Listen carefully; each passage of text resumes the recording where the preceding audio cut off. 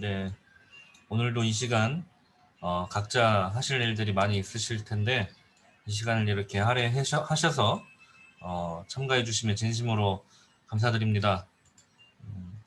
이제 저는 오늘 이러한 시간이 나중에는 여러분들하고 그 뭐라고 될까요? 여러분들이 약간 유튜브나 혹은 이제 여러 가지 영상 매체들을 소비하는 시간들이 오늘 이 시간만큼은 이렇게 앞으로 함께 할 수 있는 어, 어떻게 보면 이제 아프리카 TV를 본다 그럴까요? 약간 그런 느낌으로라도 우리가 이 시간을 계속 함께 할애하면 좋지 않을까 하는 생각하고요. 또 여러분들이 가지고 있는 고민들이 이 시간을 통해서 조금이나마 좀 긍정적인 방향으로 해결될 수 있다면 또 여러분들이 고민이 해결된 내용이 단순히 나만의 고민이 아니라는 것을 또 깨닫게 되는 시간이기 때문에 여러분들 주변에 계시는 이걸 참여하지 않거나 혹은 고민이 있는데 어디다 이야기해야 될지 모르는 친구들의 고민들을 여러분들이 함께 이 자리에 모아와 주시면 감사하지 않을까 생각을 해봅니다.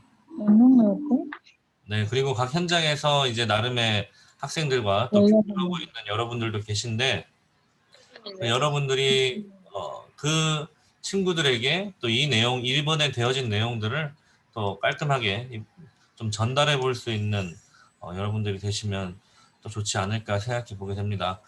이번 주제는 지난번과 마찬가지로 신앙인데요. 먼저 첫 번째 질문에 대해서 여러분 같이 한번 답을 하는 시간을 가져보도록 하겠습니다.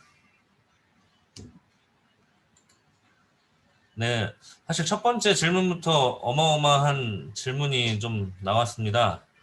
구약, 신약, 성약, 후천, 천일국 시대의 차이가 무엇인가요? 저희가 가져야 하는 자세나 모습은 무엇인가요? 라는 질문을 주셨습니다. 사실 이런 이야기를 하시는 것 자체가 사실은 상당히 많은 것을 알고 많은 것을 공부하신 입장이시다라는 생각이 좀 드는 질문이라는 생각이 드네요. 그래서 뭐 만만치 않은 질문을 하고 계신데 먼저 이제 우리가 요 단어에 대한 의미를 좀 같이 좀 아실 필요가 있겠습니다. 조금은 지루할 수 있겠지만요. 구약이라는 말은 말 그대로 옛 약속입니다. 옛 구자입니다. 뭐 예를 들면 우리가 굴이다 혹은 구식이다. 뭐 어쨌든 그런 표현할 때 이제 구라는 말을 쓰잖아요. 거기 한자가 옛 구자입니다. 그리고 약은 약속 약자입니다. 그러니까 쉽게 얘기하면 옛날 약속이죠. 옛 약속. 본래 하나님께서 맨 처음에 하셨던 계획이 무엇이었느냐라는 걸 여러분들이 이해를 하셔야 돼요. 하나님께서는 이 인간을 창조하시기 전에 이 피조 만물을 먼저 창조하셨잖아요. 우리가 이제 배우기에 따르면 물론 여러분들이 직접 보지 않았기 때문에 확신을 가져라라고 말씀드리기보다는 우리가 이렇게 가르칩니다.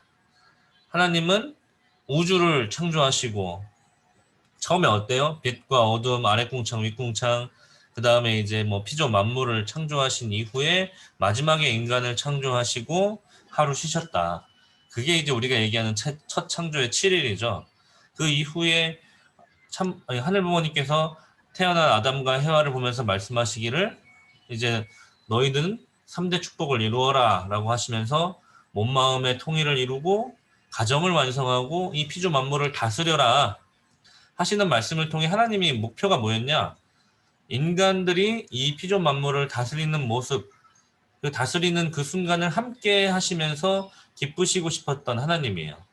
근데 인간 조상 아담 헤아가 타락함으로 인해서 벌어진 일이 아시겠지만 뭐 자세하게 설명 안 드릴게요. 그랬기 때문에 이거를 하나님 입장에서는 되돌리고 싶으시죠. 본래의 모습으로. 본래의 모습으로 되돌리기 위해서 누가 필요하냐? 바로 하나님과 인간의 중간 매개체 역할을 할 수 있는 메시아가 필요하다. 쉽게 얘기하면 구약이 뭐냐? 나는 메시아를 보낼 거다.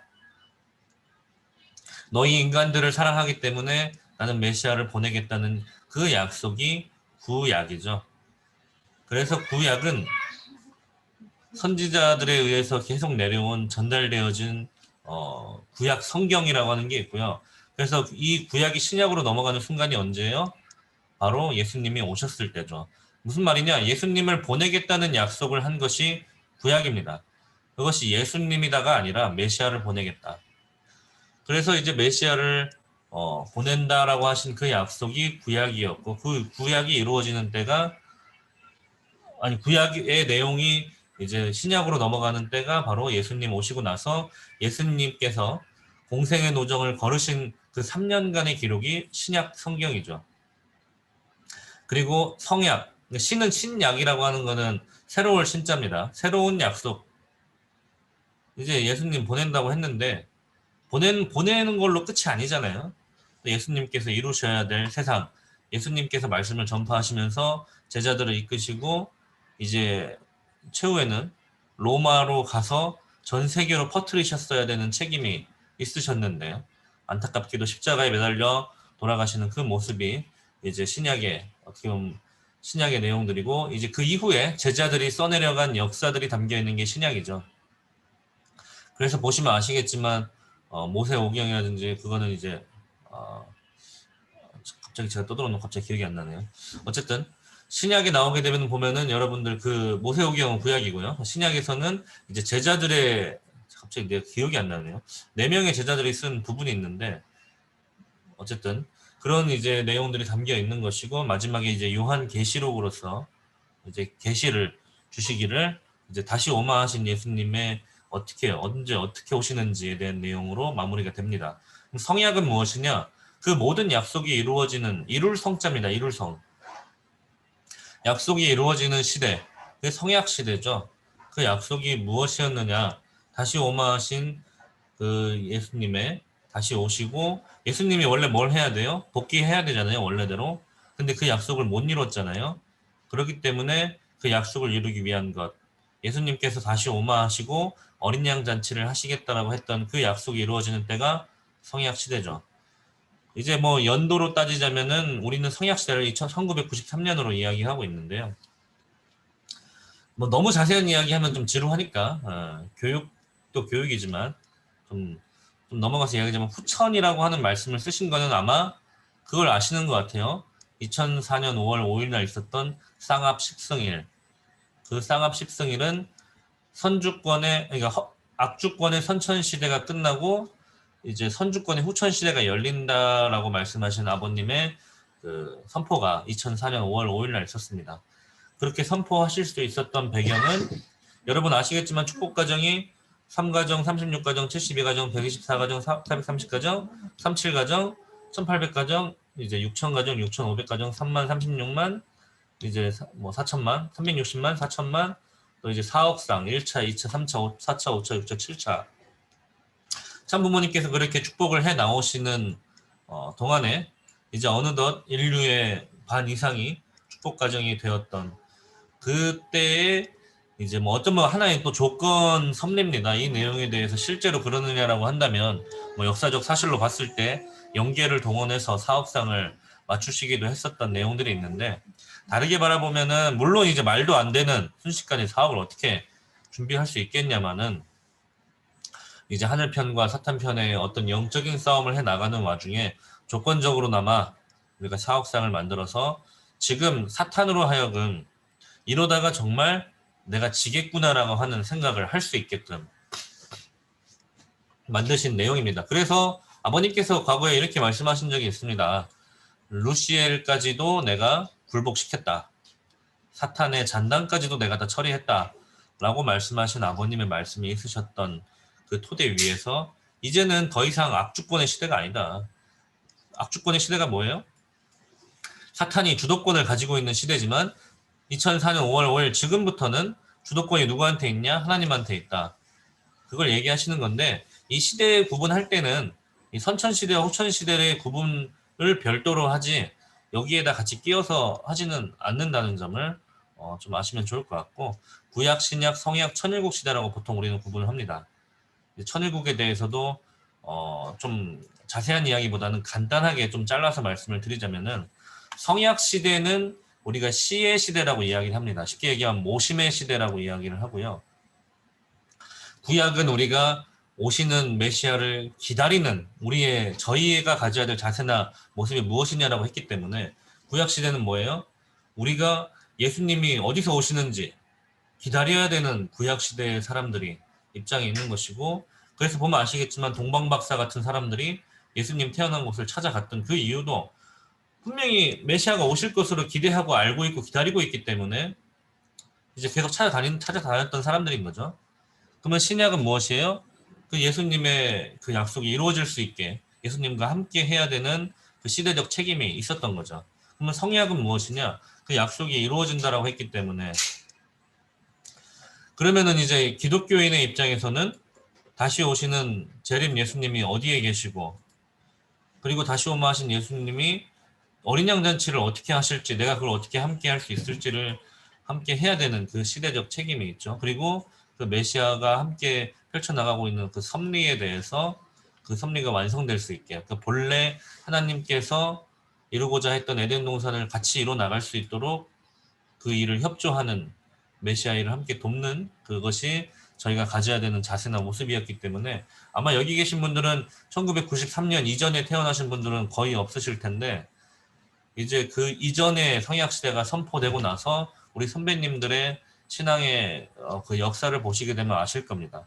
참부모님의 미국에서 한국으로 타고 오시는 비행기 안에서 갑자기 월드센터에다가 3만 명을 모아라. 뭐 12시간밖에 안 남았는데 갑자기 3만 명을 모으라고 해가지고 우리 식구님들이 우리 목사님들이 뭐라 그래요? 말도 안 돼 하고 안 했어요? 아니요. 그 시간 안에 어떻게든 버스 빌리고 사람들 모아가지고 그 새벽 시간에 다 같이 출발해가지고 그 자리에 함께 합니다. 왜?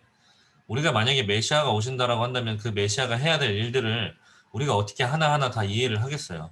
다만 이제 참 부모님께서 이 일을 하셔야 된다라고 말씀하셨기 때문에 그걸 믿고 따라갔던 그 길이 이제 모심, 어쩌면 메시아를 모시는 그 길이기도 하고 동시에 아버님께서는 성약시대에 이런 말씀을 하십니다.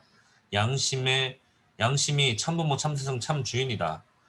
하늘 부모님께서 인간이 어떻게 살아가기를 원하는지 그 방향을 심어 놓으신 하나의 나침반이 양심이다라고 말씀하셨습니다. 그렇기 때문에 그 양심을 모시고 살아가는 시대가 성약 시대고요. 지금 우리가 살아가고 있는 천일국 시대. 이제 2013년부터 어머님께서는 천일국 원년을 선포하셨습니다. 그리고 2020년 천일국 안착을 선포하시고 2027년 천일국 정착을 선포하실 계획입니다. 이 얘기인 즉슨 선포라고 하는 것은 먼저 그러한 시대를 열어가기 위한 첫 출발을 말씀하시는 것이고요. 안착이라고 하는 것은 그 틀이 갖추어졌다. 결국에 우리가 천일국이라고 하는 천일국 시대는 뭐냐? 하나님께서 본래 창조 본연에 이루고자 하셨던 그 시대를 다시 우리가 복귀시켰다라고 말할 수 있는 그 시대를 의미하는 것이고 천일국의 시작을 알리셨고 천일국의 기틀이 잡혀나가고 있음을 2020년 음력 1월 13일 날 차어머니께 선포를 하셨던 것이죠. 그 이후에 이제 지금 우리가 2027년까지 천일국 정착을 향해서 달려나가고 있습니다. 쉽게 얘기하면은 예전에 그 모세가 이제 어떻게 보면은 그 가나안 땅에 이제 같이 그 어떻게 보면 뭐라고 해야 되나요? 제가 그 표현이 잘 기억이 안 납니다만 어쨌든 함께 완전 불황자처럼 이렇게 살았잖아요. 근데 이제 그들이 새로운 땅 가나안으로 가자라고 했던 선포가 있었을 것이고 그들이 거기서 새로운 땅에서 딱 자리를 잡았던 안착한 그 안착 시대가 있는 것이고 아예 새로운 땅에서 새로운 왕국을 출발하게 되는 이제 정착의 시대가 있는 것이죠. 그러한 세 가지의 영역으로 좀 이해를 하시면 될 것 같아요. 뭐 실제로 그랬느냐 마냐 이런 얘기는 하지 마시고요. 그냥 간단하게 생각해 보면 그렇다는 겁니다. 지금 하나님의 입장이라고 보면 될 것 같아요. 하나님의 입장에서는 본래 인간이 이 피조 만물을 어떻게 보면 치리하는 그런 모습을 보시고 함께 기쁘시고 싶었던 그 입장에 계신 하나님이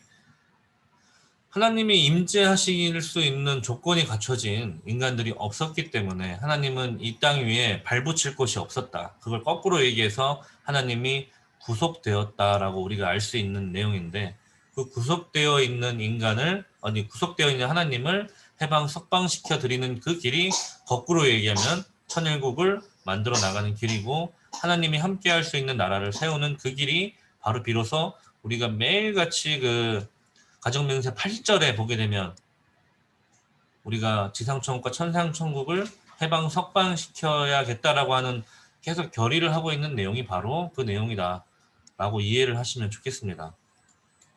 물론 조금 더 자세한 내용도 있는데요. 좀 이제 말씀 혼동 몇 가지만 하고 좀 넘어가겠습니다. 천성경에 나와 있는 말씀인데요. 역사적인 소망과 믿음으로 찾아 나오던 천국, 즉 승리의 동산을 찾아야 할 우리입니다. 이게 본래 아까 말씀드린 본래 에덴 동산이죠. 여러분은 하늘이 기뻐하는 개체를 찾고 하늘이 기뻐하는 가정을 찾아 들어가야 됩니다. 그런데 그 가정을 찾으려면 참 부모를 찾아야 되고 참 부부, 참 형제를 찾아야 됩니다. 이것을 찾기 위한 것이 하나님의 섭리 역사입니다. 그렇기 때문에 소망을 상징한 시대는 구약 시대요. 믿음을 상징하는 시대는 신약 시대입니다. 앞으로는 사랑을 상징하는 시대가 오는데 그 시대를 성약 시대라고 할 수 있습니다. 그래서 그와 같은 인연이 천상으로부터 지상세계까지 벌어지고 있습니다. 라고 하시는 말씀으로 이제 구약과 신약과 성약에 대해서 어떻게 말씀하시는지 조금이나마 이해하실 수 있을 거라고 봅니다. 그리고 이제 두 번째 말씀, 인류 역사를 보게 되면 구약시대, 신약시대, 성약시대 이렇게 3시대가 있습니다. 구약시대는 재물 희생 삼아 자녀를 구제하는 시대입니다. 하나님의 아들이 올 준비를 하는 것입니다. 신약시대는 예수님이 재물이 되어 부모를 맞이하는 시대입니다. 그렇기 때문에 재림시대를 맞이하여 신랑 신부를 세워 부모를 맞이하기 위한 준비를 해왔습니다. 성약시대에 선생님이 중심이 되어 참 부모라는 이름을 가지고 지금까지 40여 년간 고생해 온 것은 하나님을 지상에 맞이하기 위한 것입니다. 그리고 신인 일체가 되는 것입니다. 라고 하는 말씀을 보시게 되면은 이게 이제 천인국 시대 선포 이전에 하셨던 말씀들이기 때문에 이 3시대 구분을 가지고 말씀을 하십니다. 그래서 이 구약과 신약과 성약 이후에 결국에 이 모든 약속이 이루어져서 비로소 하나님의 나라가 실현이 되는 그 시대가 천일국 시대고 그 시대가 바로 하나님이 원하셨던 그 세상을 찾아 나가는 천일국의 시대다. 그렇기 때문에 저희가 가져야 되는 자세와 모습이 뭐냐? 이 어머님의 하신 말씀이 최근에 하신 말씀이 뭔지를 자꾸 혼독해 보시면 아마 아실 수 있을 거라고 생각해요. 어머님께서 이렇게 말씀하시거든요. 하늘 부모님을 모시는 천일국의 백성이 어떻게 살아야 하는지를 보여주어야 하는 것입니다. 라고 말씀을 하셔요. 하늘 부모님을 모시는 사람들은 어떻게 살아야 되느냐. 이거 끊임없이 종교라고 하는 것은 여러분들한테 단순히 이렇게 하세요라고 하는 세뇌하는 조직이 아니고요. 끊임없이 성찰하고 기도하고 연구하는 본질에 대한 탐구의 그 끝에 있는 것이 종교입니다. 그렇기 때문에 여러분들이 하늘 부모님을 모신다. 쉽게 얘기하면은 여러분들이 내가 하나님을 알고 있고 하나님을 모시는 입장이라면 이렇게 살아야 되지 않을까? 그런 고민을 하시는 것도 여러분들이 바로 천일국 시대의 여러분의 자세를 만들어 나가는 그 과정이고요. 저는 좀 그렇게 생각해요. 진짜 이 시대에 양심이 과연 살아있는가라고 하는 질문도 계속 던지면서 지금 내가 양심이 살아있다면 내가 이렇게 행동해야 되지 않을까라고 하는 끊임없는 노력을 해 나가는 것 같습니다. 여러분 지금 뭐 여러 가지 세상을 보면은 환경 오염도 정말 만만치 않고요. 식량 문제도 있고요. 여러 가지 기후 문제도 있고 저기 또 낙후된 나라에서는 여성 인권 문제도 많이 있습니다. 그런 내용들이 과연 하나님이 바라시는 것이겠느냐 라고 하는 의문을 가지고 움직이는 세상에 수많은 종교인들이 있습니다. 그 종교인들이 그렇게 움직이는 이유가 뭐겠어요? 바로 하나님이 살아계시다는 것을 증명하는 움직임입니다. 그들의 움직임이. 물론 이제 신을 믿지 않는 입장에서 하나님이 어딨냐라고 할 수 있겠지만 하나님이 그분의 손을, 그분의 발을, 그분의 입을 통해서 어떻게 보면 역사하고 계신 거죠. 이러한 시대에 우리 YSP가 무엇을 해야 되겠느냐. 바로 그러한 문제들, 어머님께서 이 땅의 문제라고 말씀하신 것들을 함께 해결해 나가는 게 지금 2021년 신앙을 하는 사람들이 가져야 될 태도가 아닌가라고 말씀드리고 싶습니다. 정말 천국이라고 하는 곳이 있다면 여러분들 생각에는 어떤 곳이 천국인가요? 내가 먹고 싶은 거 아무 때나 먹고 만나고 싶은 사람 아무 때나 만나고 자고 싶을 때 아무 때나 자는 게 과연 천국일까요? 과연 그런 사람들만 있는 지구라고 한다면 그게 천국이 될 수 있을까요? 누군가는 이 자연을 보호해야 되고 사랑해야 되고 또 누군가는 무언가 역할을 해 나가야 되겠죠. 각자의 어떤 책임도 있을 것이고 그 각자의 역할을 다 했을 때 또 누군가는 대통령이 될 수도 있겠죠. 또 누군가는 환경 문제에 대해서 고민하는 연구원들도 있겠죠. 그러한 천국을 우리가 마음속에서 우리가 그리고 있는 천국을 한 걸음 한 걸음 만들어 나가는 그 길이 바로 천일국 시대에 우리가 가져야 될 자세와 모습이고, 그 천일국 시대를 외치고 어떻게 하자라고 가장 먼저 최전선에서 말씀하시는 분이 참 어머님이시기 때문에, 지금 당장 어머니의 말씀 하나하나가 굉장히 수준이 높기 때문에 하나하나 이해하기는 좀 어렵겠지만, 그래도 우리가 이런 시간을 통해서, 혹은 여러분들이 참 어머니께서 최근에 말씀하시는 그런 자리에 가급적이면 또 함께 하시고 참여하시면서, 참 어머님이 이렇게 말씀하고 계시는구나, 참 어머님이 이렇게 하자고 하시는구나라는 내용을 여러분들이 많이 알고 실천하려고 노력하는 그 길이 바로 천일국 시대에 우리가 가져야 될 자세와 모습이 아닐까라고 생각합니다. 물론 이제 제가 여러분들이 드린 질문에 대해서 완벽하게 답을 드리려면 조금 더 많은 시간이 필요했겠지만은, 좀 짧은 시간 안에 여러 가지 좀 말씀을 찾아봤습니다. 일단 1번 질문은 여기까지 좀 답을 드리고요. 2번 질문으로 좀 넘어가겠습니다. 청소년기에는 가치관이 자리 잡는 시기이기 때문에 엄마가 자극적인 매체는 접하지 않는 게 좋겠다고 했는데요. 가치관이 흔들리지 않는다고 확신할 수 있다면 자극적인 매체를 접해도 되나요? 연쇄살인범이 나오는 영화라든가 범죄를 미화하는 내용을 담은 드라마 등이요. 네, 상당히 재밌는 질문이네요. 저도 이제 아마 성화학생 시기가 아닐까라고 좀 생각이 드는데, 저도 이제 한참 고민이 있었던 게, 저도 이제 제 친구들하고 같이 놀다 보면 친구들이 오락실 가자, 뭐 PC방 가자, 노래방 가자 하는데, 저희 엄마한테 오락실 좀 다녀올게요 하면 엄마가 절대로 가지 말라고, 사탄 소굴이라고, 거기 절대 가면 안 된다. 저는 그 오락에 빠지고 싶은 것보다는 그 친구들과 함께하는 시간을 갖고 싶었던 건데, 그것이 이제 사탄의 어떤 무기고 사탄의 소굴이고, 그런 내용들 때문에 가지 못한다는 것이 좀 마음이 힘들었던 것 같아요. 그러다 보니까 어떤 일이 발생했냐, 엄마한테 얘기 안 하고 가죠. 안 가는 게 아니라 부모님 모르게 가버리죠.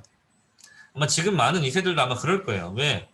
엄마가 하지 말라고 하는 것보다 가까운, 내 마음이 가까운 친구들이 같이 가고 싶다라고 하니까.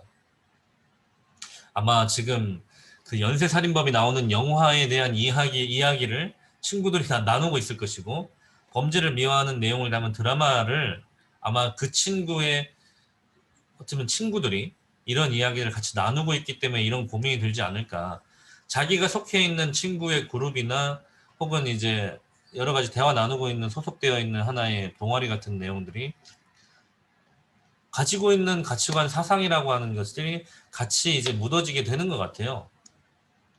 근데 이제 조금 더 말씀을 좀 드리자면은, 가치관이라고 하는 것이 무엇인지, 혹은 이제 어머니께서 가치관이 자리 잡는 시기이기 때문에 자극적인 매체를 접하지 않으면 좋겠다라고 말씀하신 그 마음의 내용이 무엇인지를 보다 좀 더 대화를 나누면 좋지 않을까. 어머니가 바라시는 이 질문하신 질문자분의 어떤 모습을 바라시고 이런 말씀을 하셨는지에 대한 내용을 조금 더 이해하실 필요가 있을 것 같고, 어머니께서는 연쇄살인범이 나오는 영화나 범죄를 미화하는 내용을 담은 드라마를 보면서 어떤 부분을 걱정하고 계신지, 뭐 그런 이야기들도 같이 좀 나눠볼 필요가 있지 않을까, 좀 라는 이야기를 좀 나눠보시면 좋겠다 싶은 생각이 있습니다.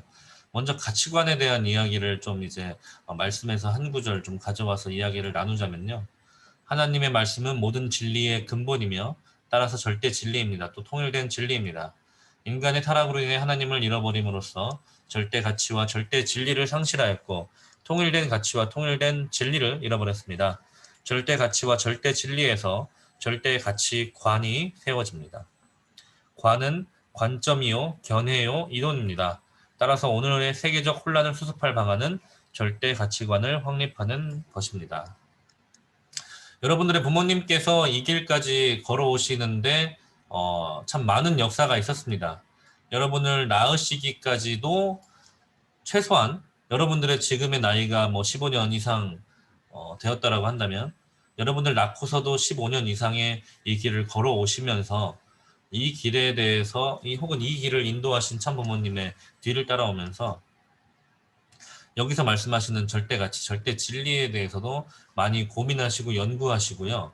또 혹은 본인이 본인의 삶에서 이 길을 걷겠다고 결심하고 이 길을 걸어오시는 그 길에 이르기까지 많은 고민을 하셨을 겁니다. 분명히.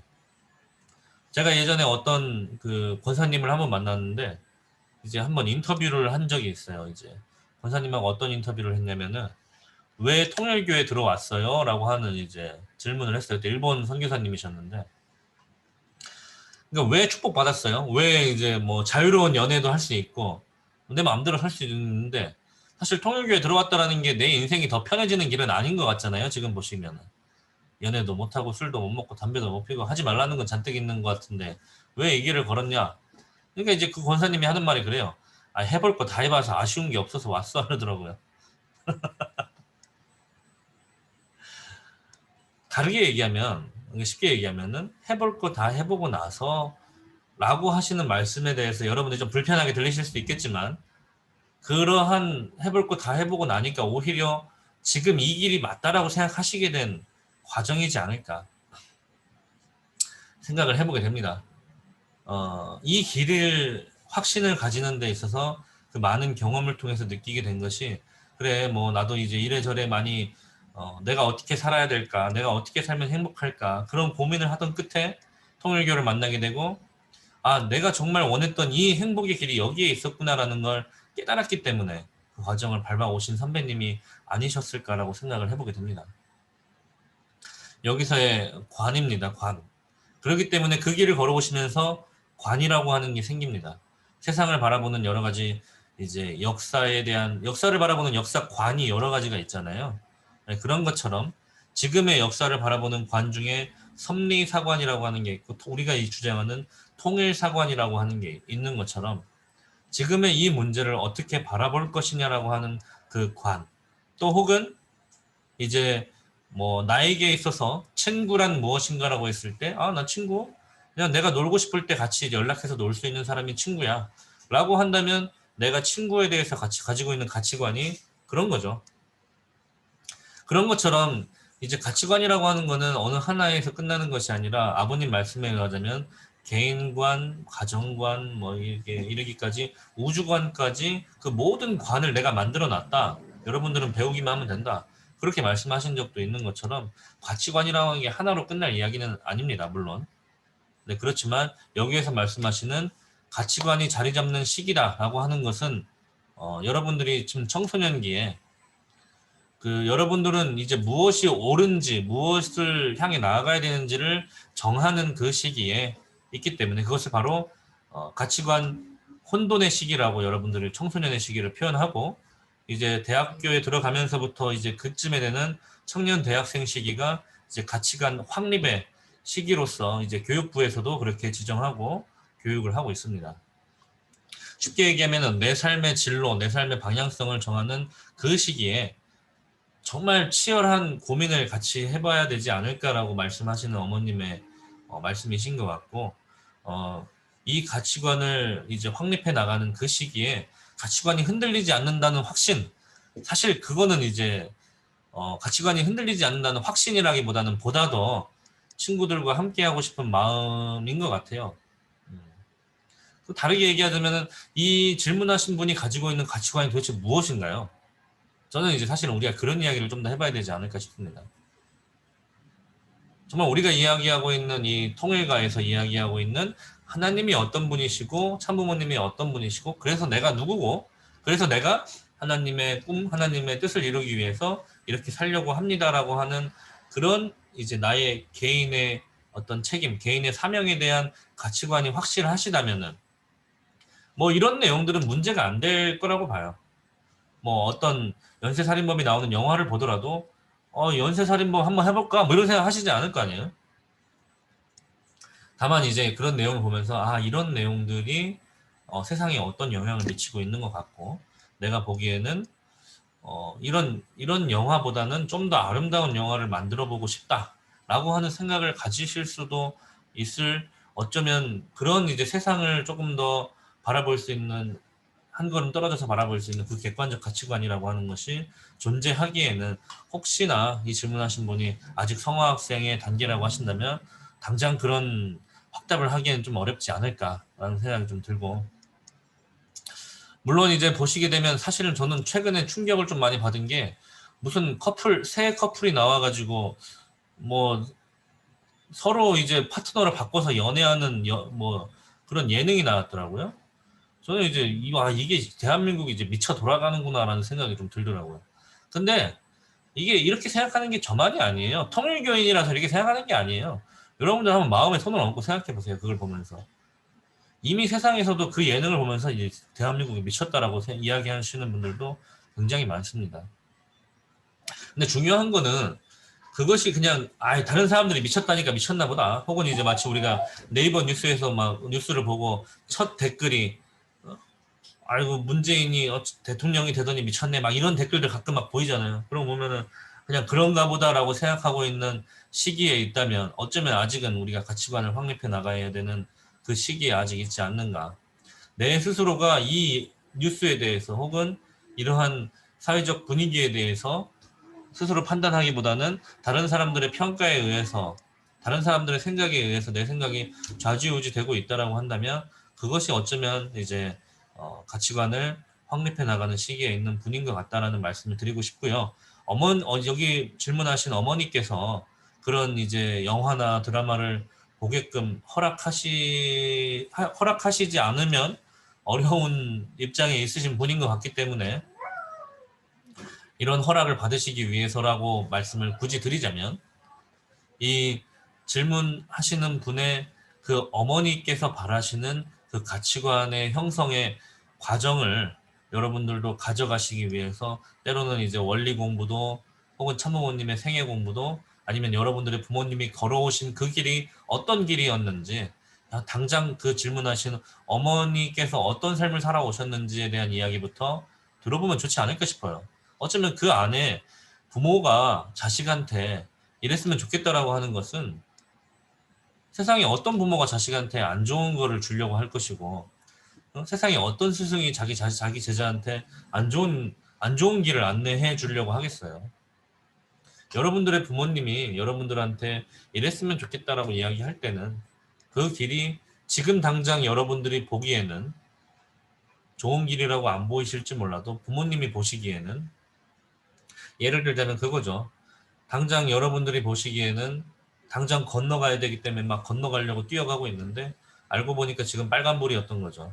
그 자리에서 어머니께서 여러분들한테 지금 빨간불이니까 너는 그렇게 건너면 안 돼 라고 설득하시기보다는 당장 멱살을 잡아서라도 끌고 오고 싶은 게 어머니의 마음이 아닐까 라고 생각해 본다면 여러분이 이런 영화나 이런 내용을 접하는 것을 바라보면서 마치 그 빨간불에 건너려고 하는 그 아이의 모습과 같은 모습으로 자녀분들의 모습이 비추셨기 때문에 어, 지금 당장 건너지 않기를 바라면서 지금 이 질문하신 분한테 설득을 하기보다는 어쩌면 보지 마라 라고 말씀하시지 않았을까라고 싶습니다. 그렇기 때문에 여러분들도 어떠한 가치관을 다져나가는 그 과정으로 원리와 말씀과 생애 혹은 참 부모님의 섭리에 대해서 조금 더 배울 수 있는 그 과정이 일단 제일 첫 번째로 이 질문자의 부모님과 어머니 어떻게 축복을 받게 되셨나요? 어머니 어떻게 대한민국에서 이렇게 살고 계신가요? 어머니는 꿈이 무엇인가요?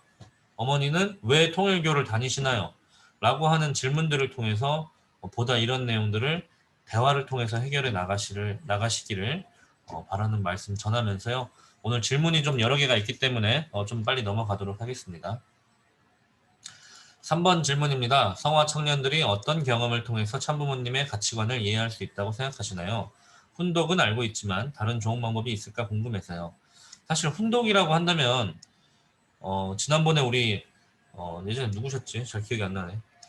어떤 회장님도 말씀하시기를 아직도 나도 참부모님 말씀 다 못 읽었다 그러시더라고요. 이제 아버님 말씀 선진만 하더라도 615권이 지금 넘고요. 천성경, 참부모경, 이 평화경에 담겨있는 어쩌면 내용들이나 주제별 정선집이나 이런 내용들을 바라보게 되면은 사실 훈독도 훈독 물론 당연히 끊임없이 훈독을 해야 되겠지만 그걸 통해서 가치관을 다 빠르게 이해하기에는 지금 우리 젊은 나이의 시기의 학생들한테는 훈독이라고 하는 게 습관화되는 것도 물론 중요하다고 말씀드리고 싶지만 이 가치관을 이해하기 위해서는 먼저 여러분들이 섭리에 대한 내용을 좀 더 이해를 할 수 있으면 좋겠습니다. 섭리라고 하는 건 쉽게 얘기하면은 참 부모님이 지금 뭘 하고 싶으셔서 최근에 보시게 되면 싱크탱크 2022라고 하는 것을 출범을 하게 되셨습니다. 그리고 싱크탱크 2022에 대한 위원장을 반기문 유엔 전 사무총장한테 맡기셨습니다. 그리고 2020년에는 선악평화상 특별상으로 반기문 유엔 전 사무총장을 세웠습니다. 그리고 월드 서밋도 진행하시면서 축복식도 진행하셨고요. 2021년도에 선지인 참부모님 성원 61주년 기념 하늘부모님의 날과 참부모의 날을 하나로 만드시는 그 기념 행사를 하셨습니다. 이런 내용들에 대해서 솔직히 지금 여기 참여하신 분들 중에 그게 뭔 의미야? 라고 생각하시는 분들이 아마 대부분이시지 않을까라고 생각하게 돼요. 참부모님의 가치관이라고 한다면 쉽게 얘기하면 참부모님이 어떤 것을 가치 있게 생각하느냐라고 하는 것일 수도 있고요. 지금 참부모님께서 그려나가고 계시는 꿈을 어떻게 이루려고 하시고 계신지 그 바라보는 참부모님의 입장, 참부모님의 시각, 참부모님의 시야, 참부모님의 그 심정을 이해하기 위해서는 제일 좋은 거는 거꾸로 내가 참 부모가 되려고 노력해봐야 됩니다. 여러분들 워싱턴 가셔가지고 모니먼트 광장에 참부모님 말씀하신 그 자리에 한번 서보셔야 됩니다. 월드센터에서 참부모님 말씀하시는 그 자리에 여러분들이 한번 서보시기도 해봐야 되고요. 정말 인류의 부모라고 한다면, 인류의 참된 부모라고 한다면 어떻게 이 사건을 바라볼까? 라고 하는 노력도 한번 해보시는 것이 필요하다고 봐요. 저는 그렇게 생각해요. 예전에 박근혜 대통령이 하야되던 그 시기에 저는 한편으로 고민이 됐습니다. 어떤 고민이었냐면 참 어머님께서는 모든 인류의 부모이신데 이 박근혜 전 대통령, 지금 뭐 대통령이라고도 부르지도 않는 분들도 계시지만 박근혜 전 대통령이나 최순실 씨를 바라보며 어머님은 어떤 마음이실까? 저는 그게 되게 궁금했어요. 여러분들은 어떻게 생각하시나요? 정말 인류의 참된 부모라고 한다면 어떤 가치가, 어떤 시각, 어떤 심정을 가지고 계실까? 근데 우리는 살다 보면 언제나 내 입장에서 생각을 하잖아요. 아니, 나한테 그건 도움이 되든지, 나한테 그건 손해라든지, 나를 집중으로 보통 우리가 생각을 하기 마련인데, 우리가 참 부모님을 참 부모님이라고 부르는 이유는 그냥 참 부모라고 불러라 하기 때문에 부르는 게 아닙니다. 우리의 마음속 깊은 곳에서부터 정말 인류의 참된 부모가 되려고 하시기 때문에 우리가 부모라고 부르는 거죠, 우리가. 정말 인류의 부모된 입장이 있다면, 우리가 이제, 여기 계신 분들이 아마 좀 공감하실 내용에 대한 내용으로 가져오자면, 우리가 원피스에 보게 되면은, 이제 흰수염을 다들 아버지라고 부르잖아요. 흰수염의 밑에 따르는 사람들이. 왜 그러겠어요? 아버지라고 부르라고 하니까? 아니요. 아버지로 모시기 때문이죠. 마찬가지죠. 이 통일가의 수많은 선배님들과 제자들이 참 부모님을 부모로 모시기 때문에 참 부모님이 되시는 겁니다. 그런 것처럼 여러분들이 또 거꾸로는 이 참 부모님이 아니더라도 여러분들 현장에서 공직자나 혹은 여러분들이 정말 따르고 싶은 목사님이나 선배나 혹은 친구나 먼저 누군가를 한번 모셔보는 것도 여러분들이 그 마음을 배우는 길이지 않을까 싶어요. 저는 한편으로 저는 원체 이제 성격이 세고 독보다인 스타일이다 보니까 누구를 모셔본 적이 별로 없었어요. 그러니까 누구를 존경하거나 누구를 따르거나 막 이제 내가 존경하는 사람 쓰라고 할 때 자의식이 너무 세가지고 막 안 쓰려고 그러고 막. 근데 내가 누군가를 따르고 내가 누군가를 배울 수 있는 혹은 내가 누군가를 배우고 싶은 사람이 있다는 것도 굉장히 큰 축복입니다, 사실은. 어쩌면 그렇기 때문에 과거로부터 공자, 맹자, 노자 막 이런 사람들 밑에 제자들이 잔뜩 있었던 이유도 내 혼자 이 길을 가기에는 돌파해야 될 길이 너무 많지만 이 길을 먼저 가신 선배님들의 그런 내용들을 상속받기 위해서 누군가의 제자로 들어가고 배우고 또 이제 그 밑에서 더 이상 배울 게 없다고 생각하기 때문에 새로운 스승을 찾아다녔던 또 그런 조상님들의 역사가 있었던 거잖아요. 여러분들도 그냥 나 혼자 세상을 살아갈 것이 아니라 정말 나의 참된 스승이 없을까? 내가 누군가 따르고 배워볼 만한 스승이 없을까 하면서 쫓아다니는 경험을 해보는 것도 여러분들한테도 필요하지 않을까 싶어요. 그러면서 내가 모시는 사람을 우리가 이제 군사불체라 그러죠. 임금과 스승과 아버지는 하나다라고 하는 것처럼 마치 하나님처럼 모시고 스승처럼 모시고 대통령처럼 모셔보는 그런 경험을 통해서도 거꾸로 된 입장을 한번 고민해 볼 수 있지 않을까 싶고요.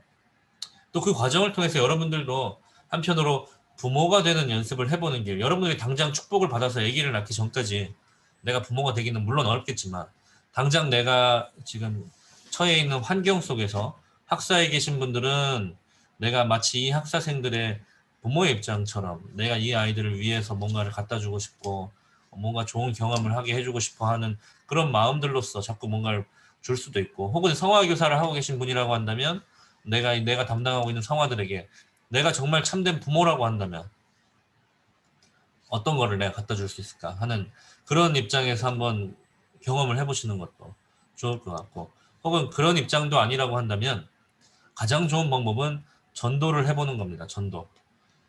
내가 누군가를 전도하기 위해서 그를 위해서 끊임없이 노력하고 공부하고 연구하고 그 친구한테 주고 싶은 것을 계속 찾아보는 그런 경험들이 부모의 입장, 참 부모님의 어떤 이제 우리가 원리 말씀 훈독이라고 하는 것에 담기지 않는 그 많은 심정들. 이번에 참 어머님께서 천원궁 상량식을 하시면서 첫 번째 하늘 부모님 이렇게 축도하시면서 그 떨리는 목소리, 그 떨리는 분위기, 비가 올랑말랑 하면서 비가 내렸다가 그쳤던 그 분위기 속에서 어머님께서 이 얼마나 떨리고 흥분되는 순간입니까? 라고 말씀하신 그 말씀이 훈독 책자에는 안 담겨 있어요. 말씀으로만, 훈독으로만 해서 그 시기에 일어났던 그 시기의 분위기, 그 참 어머님의 심정의 그 어조의 높낮이나 비언어, 반언어적인 표현들이 훈독 책자에는 들어가 있기 어렵습니다. 다시 얘기하자면은 지금 많은 이야기를 했습니다만은 그것보다 가장 중요한 경험, 지금 참 어머님께서 어떤 심정이실지 여러분들이 책으로 보고 어떤 과거의 역사 사적으로 보시지 않으려면 지금 참 어머님께서 하고 계시는 내용들에 함께 동참하시려고 노력하시는 그게 좀 필요하지 않을까. 그게 진짜 참 어머님의 지금의 심정을 누구보다 깊이 이해할 수 있는 과정이지 않을까 라고 말씀을 좀 드리고 싶고요. 일단 여기까지 답하고 넘어가도록 하겠습니다. 4번, 대학 생활을 하다 보면 수많은 유혹이 다가오지 않을 수 없는데 하늘편과 사탄편을 분리하는 또는 습관이 궁금합니다. 어느 편이 사탄편이고 어느 편이 하늘편인지 그것을 이제 내가 분립을 잘 하고 싶다라고 하시는 질문으로 조금 이해가 되는 것 같습니다. 먼저 이제 하늘편과 사탄편을 분리하려고 하시는 그 태도가 이제 내가 어떤 사탄에 참소당하지 않을, 사탄이 나를 참소할 수 있는 조건을 최대한 배제시키기 위한 이제 신앙적 노력을 의미하시는 것이겠죠. 물론 이제 내가 감당할 수 없는 사탄의 어떤 참소는 인생을 참 내 삶을 어렵게 만들기도 하는 것 같습니다.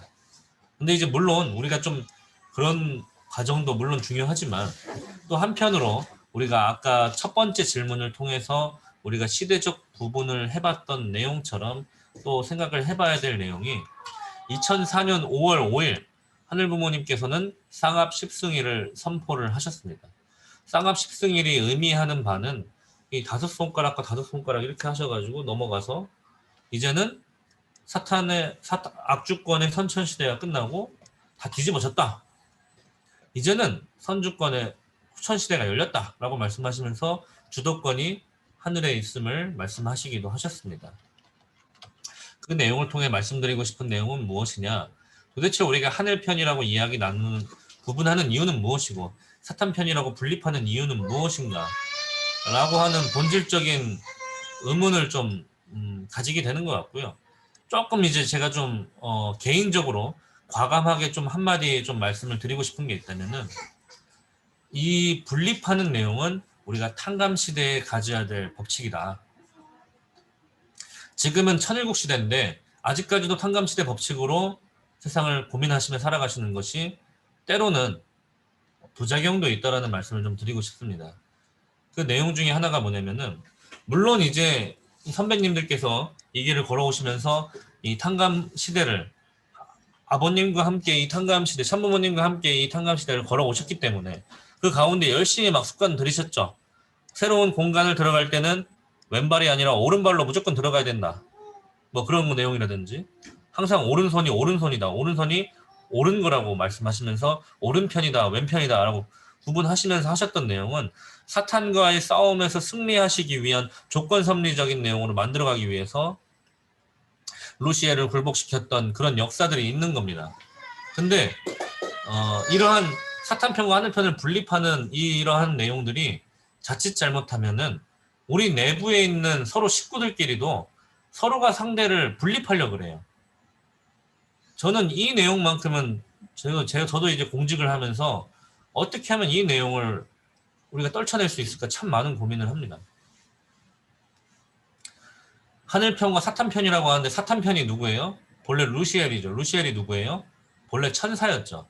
하나님께서 창조하신 원래 선의 목적을 지닌 피조물이었단 말이죠. 그러면 루시엘이 왜 타락을 하게 됐냐?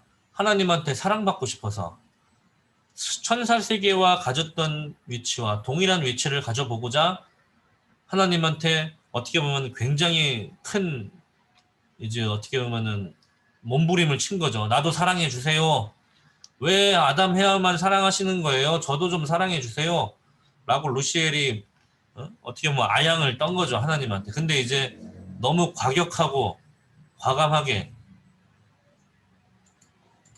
그렇게 이제 어쩌면 사탄의 그런 몸부림이 있었기 때문에 그 사탄과의 이러한 기나긴 역사의 싸움이 일어났지만 결국에 그 사탄도 사실은 하나님께서 창조하신 천사였고, 그 천사 또한 다시 품고 안고 가야 될 하나님의 입장이 아닌가. 쉽게 얘기하면 우리의 이 분립하는 습관이, 다르게 이야기하면은 우리 안에서 자꾸 분열을 만들어내는 하나의 습관성으로 남아지고 있지 않는가라는 말씀을 좀 드리고 싶은 겁니다. 예를 들어서 여러분들 친구 중에 2세 친구들 중에 누군가가 만약에 술을 마셔요. 술을 마신다는 소문이 딱 났어요. 그러면 교회에서 어떤 분위기가 있었어요? 여러분들 지금까지?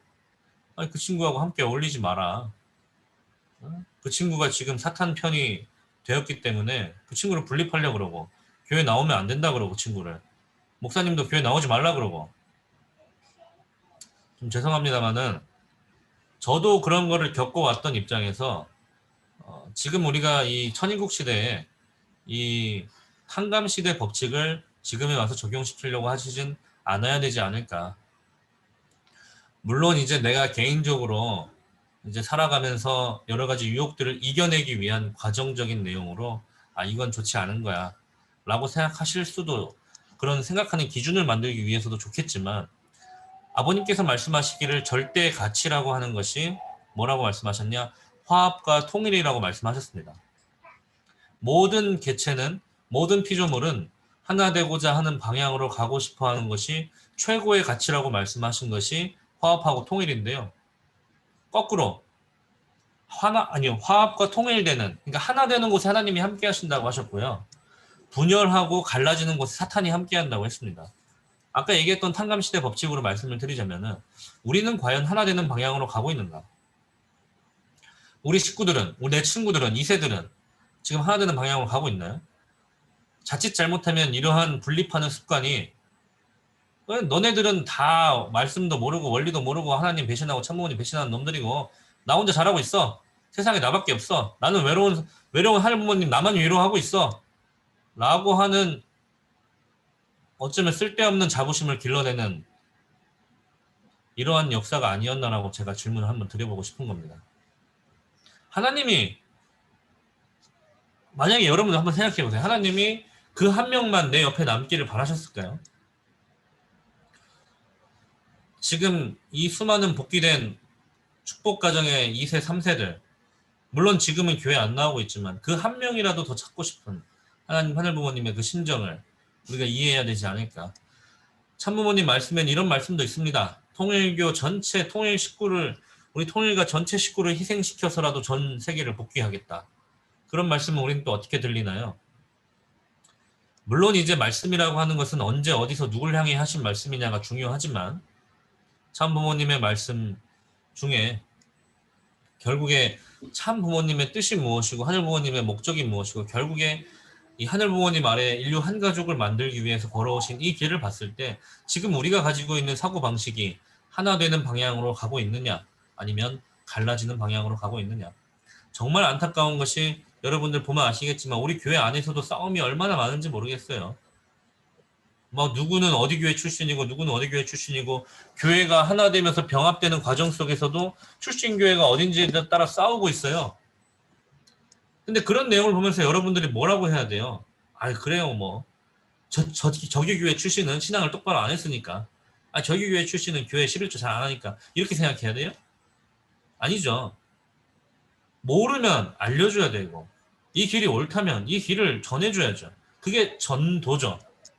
전할 전자의 길을 도자. 길을 알려주는 게 전도입니다. 우리는 전도해야 됩니다. 분립하는 것이 아니고요. 그들에게 길을 알려줘야 됩니다. 원리강론에 보게 되면은 타락론의 선신의 역사와 악신의 역사라고 하는 곳이 있습니다. 그 파트는 무엇이냐면은 결국 악신이 나에게 이제 어떻게 보면은 강림했다라는 것을 느낄 수 있는 것이 내가 건강이 좀 더 나빠지고 뭔가 상황이 좀 더 안 좋아지고 혹은 이제 불쾌감이 든다든지 뭐 그런 내용들로 악신의 역사를 이야기합니다만은 결국에 이 모든 악령인들이 복귀되고 구원을 받기 위해서는 보다도 하늘편에 있는 사람, 이 어떻게 보면 역사를 통해서 이제 조상 회원 축복을 받아야 되는 이 길이기 때문에 악신들이 왜 우리한테 자꾸 임재하려고 하냐. 나 좀 살려달라는 메시지예요. 쉽게 얘기하면. 나 더 이상 지옥에 있고 싶지 않아. 근데 나를 구원 받아야 돼. 그럼 어떻게 해야 돼? 나 좀 제발 조상 회원 축복 좀 해줘. 근데 그 악령인들이 악령인이 되다 보니까 어때요? 본인들이 할 수 있는 방법이 누군가를 해코지하거나 괴롭히거나 힘들게 하는 방법밖에 없기 때문에. 그러니까 혹은 악령인이나 악신이 나한테 임재하는 것 같다 느껴진다면 정말 우리가 신앙의 기준이 그렇게 높은 분들이 계신다면 정말 사실은 훌륭하신 분들입니다만은 그런 느낌이 온다면은 내가 어떻게 해야 되느냐? 구원받고 싶은 영이 나한테 왔구나. 어떻게 하면 내가 이들을 구원할 수 있을까? 청평에 가보시기도 하고 이제 어떻게 보면 교회 성전에 가서 정성을 들여보시기도 하는 그 과정들을 통해서 이 악신을 구원하고 해방시켜 주려는 여러분들의 심정이 있어야 되지 사탄 편이니까 저리 꺼져! 라고 하는 그 심정에 있다면 과연 우리가 정말 참부모님께서 말씀하시는 하늘부모님 아래 인류 한 가족을 어떻게 만들 것인가. 저는 우리 특히 축복가정 2세, 3세 분들한테 그런 질문 많이 던져보고 싶습니다. 진짜 우리가 하고 있는 신앙이 우리의 이 길이 하늘부모님 아래 인류 한 가족으로 갈 수 있는 비전이 있다고 느끼십니까? 그게? 그런 식으로 자꾸 분립해 나간다라고 한다면 정말 참부모님, 하늘부모님께서 바라시는 인류 한 가족의 비전이 그 분립의 사고방식에서 나올 수 있을까요? 저는 아니라고 봅니다. 그렇기 때문에 여러분들한테 드리고 싶은 얘기가 있다면 혹은 여러분들 친구 중에 잘못된 길을 가는 친구가 있다면 그 친구를 심판하고 분립시키려고 할 것이 아니라 그 친구를 보다 더 큰 사랑의 힘으로 끌어당기려고 노력해야죠. 아담 헤아가 왜 타락했냐?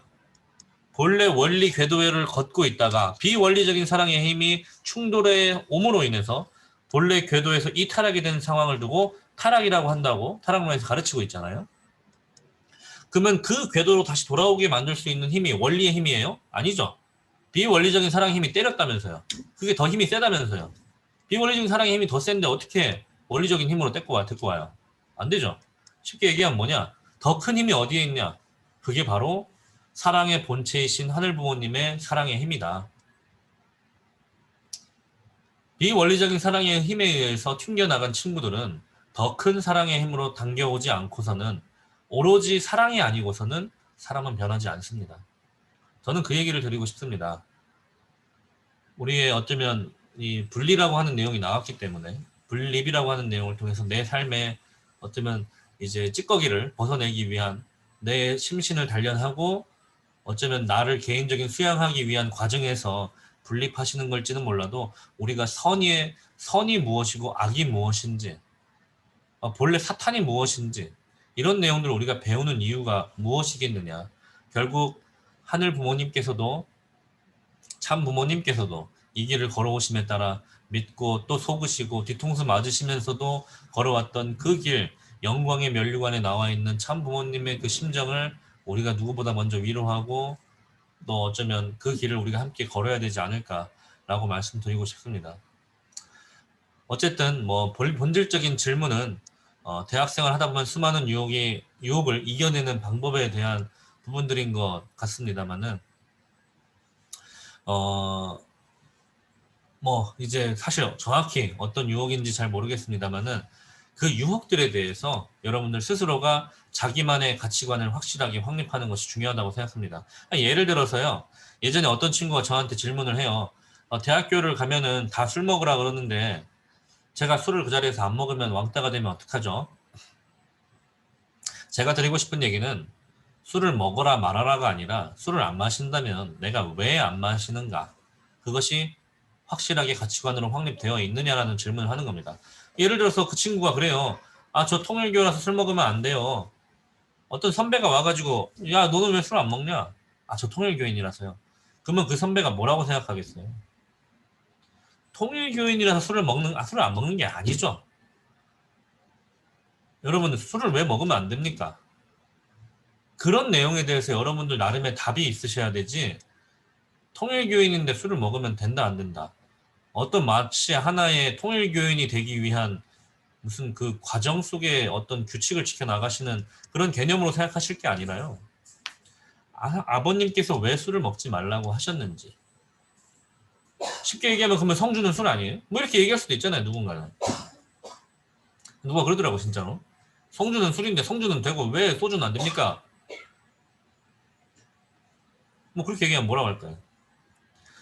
왜 우리가 그런 자리에서 술을 마시지 않는지, 왜 우리가 남녀가 단둘이 술을 마시면 안 되는지, 왜 우리가 담배를 피지 말라고 하는지 그런 내용들에 대해서는 나의 가치관으로 만들어야 됩니다. 그게 아니고서는 남 얘기예요. 술을 안 먹어. 뭐 이렇게 통일교에 술 먹지 말라고 해서 내가 술을 안 먹었어. 근데 이제 막말로 얘기해서 과에서 내가 왕따를 당했어. 그러면 뭐라 그러냐? 통일교에서 술 먹지 말라고 해서 내가 술 안 먹었는데 내가 왕따가 됐다. 통일교, 너 때문에 내 인생 망했다. 이렇게 얘기하잖아요. 아니죠. 통일교가 인생 망친 게 아니고 자기가 그걸 내 가치관화 시키지 않았기 때문에 문제죠. 그렇게 생각해야죠. 아니, 막말로 얘기해서 술 안 먹으란다고 그냥 무조건 안 먹을 수 있다면은 참 어떻게 보면은 자기 인생인데 어떻게 보면은 자기 인생 자기가 책임지고 살아나가고 있는 것이고 그런 가운데 누군가는 술 먹지 말라라고 했다면 보다 나은 길을 제시하기 위한 제시일 뿐이지 그 삶에 대한 선택과 책임은 본인한테 있는 겁니다. 어찌되었든 그 수많은 유혹을 이겨낼 수 있는 가장 큰 방법은 그 기준을 내가 세워나가는 방법이고 그 가치관이 말씀에서 있다고 하더라도 말씀이 이러니까 그렇다라고 할 것이 아니라 내가 그 말씀의 주인이 되어서 내가 하늘 부모님의 꿈을 이루어드리기 위해서 내가 술이라는 매체에 기대가지고 실수하는 상황들을 안 벌리기 위해서 술이라고 하는 것이 가지고 있는 내 내면의 부족한 내 모습이 자칫 잘못 다른 사람한테 실수를 할까봐 뭐 그런 내용들이라고 하든 자기 자신이 그걸 하지 않는 정확한 자기만의 이유를 만들어야 그것이 힘이 되지 그냥 말씀이 이러니까 그거는 이제 다 참부모님한테 책임을 돌리고 전가하는 일밖에 안 된다라고 말씀을 드리고 싶습니다. 네, 어찌됐든 여기까지 말씀드리면서 선과 악이라고 하는 것은 결국 목적성, 창조 목적에 있다. 내가 선택하는 그 길이 과연 목적, 창조 목적에 부합되어서 나가고 있는지 그 길을 되돌아보는 그 방법이 바로 내가 과연 유혹에 흔들리지 않을 수 있을까라는 답이 되지 않을까라고 생각을 해보면서요. 제가 좀 흥분해가지고 답이 좀 길어졌는데 어쨌든 다음으로 넘어가도록 하겠습니다. 5번입니다. 선배님들의 신앙의 원동력은 무엇인가요? 통일가 2세, 3세로서의 나의 사명과 역할이 무엇인지, 하늘 부모님의 섭리와 뜻이 나에게 어떤 의미를 가지는지 등의 의문을 어떻게 해결해 나오셨는지 궁금합니다. 어마어마한 질문이네요. 사실 이것만 가지고도 엄청 오래 이야기를 해야 될 것 같은데, 간단하게 좀 말씀을 드리자면, 이 질문하신 분의 사명과 역할을 찾고 계신다면 우리는 아버님께서 이렇게 얘기하십니다. 각자 개개인이 개성 진리체다. 그리고 그 개성 진리체에는 각자의 천성이 있다. 하늘이 주신 성품이 있다라고 말씀하십니다. 먼저 그 성품을, 여러분들의 탤런트, 여러분들의 재능 혹은 역량을 찾아 나갈 수 있는 길이 좀 필요하겠다 싶은 것도 있습니다. 혹은 여러분들이 만약에 음악에 재능이 있다면은 그 음악으로 하늘부모님의 섭리와 뜻에 도움이 되고 동참할 수 있는 길을 찾아보시면 좋을 것 같고요. 혹은 여러분이 뭔가 공부를 좋아하신다 그러면, 혹은 뭐 이제 어떤 연구를 하고 싶으시다 그러면 우리의 길의 통일가의 이제 교수가 되시는 그런 길을 밟아보는 것도 방법이겠죠. 그냥 단순히 2세, 3세니까 이렇게 해야 된다라고 이야기하자면은 저는 그렇게 말씀드리고 싶어요. 지금 참부모님이 걸어오신 이 수많은 역사를 누군가가 상속받아야 되는 그 상속의 역할이 우리 미래 세대한테 있다. 그렇기 때문에 참부모님이 걸어오신 그 생애 노정과 이 참부모님의 성지들을 함께 돌아다니시면서 그 심정을 체휼하고 참부모님의 그 생애를 직접 몸소 느낄 수 있는 그 길을 같이 걸으시면서 나의 사명, 나의 역할, 통일가의 미래 세대를 바라보시는 어머님의 마음을 조금 더 이해할 수 있지 않을까 싶고요. 하늘 부모님의 섭리와 뜻이 나에게 어떤 의미를 가지는지에 대한 의문이라고 한다면은, 우리가 본질적으로 우리 모두는 다 행복해지고 싶은 인간들이잖아요. 우리가 다 한 명 한 명이 행복해지고 싶고, 근데 그 행복해지는 그 길이 내가 어떤 길로 걸었을 때 진정으로 행복할까라고 하는 그런 끝없는 고민을 해보시는 것이 중요한 것 같아요. 그러니까 부모님들이 야 너희는 신앙을 해야 돼, 참부모님 믿어야 돼라고 해서 믿는 것이 아니라 참부모님에 대한 확신은 각자 개개인이 가져야 됩니다. 그냥 이 길이 옳다라고 이야기하는 사람들에 의해서 휩쓸려가는 신앙이 아니라 내 스스로가 참부모님에 대한 1대1의 만남의 과정이 필요하고 1대1의 하늘부모님과의 만남의 과정이 필요한 겁니다. 그 과정을 통해서 내 스스로가 확신을 가지는 그 과정이 필요합니다. 그래서 그 의문을 해결하기 위해서 누군가는 끊임없이 정성을 들이고 누군가는 끊임없이 기도를 했고 누군가는 끊임없이 자기의 삶 속에서 참부모님의 섭리의 그 길을 따라오신 선배님들도 많이 계십니다.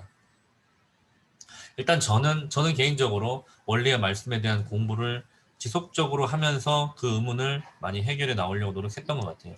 근데 그러면서 제가 지금 공직의 길을 걷고 있지만, 공직의 길을 걷는다고 뭐 제가 출발할 때는 많은 확신을 가지고 출발했습니다만은 이 길을 걸으면서 느끼는 게 뭐냐면은 내가 진짜 쥐뿔도 모르고 있었구나라는 걸 정말 많이 느껴요.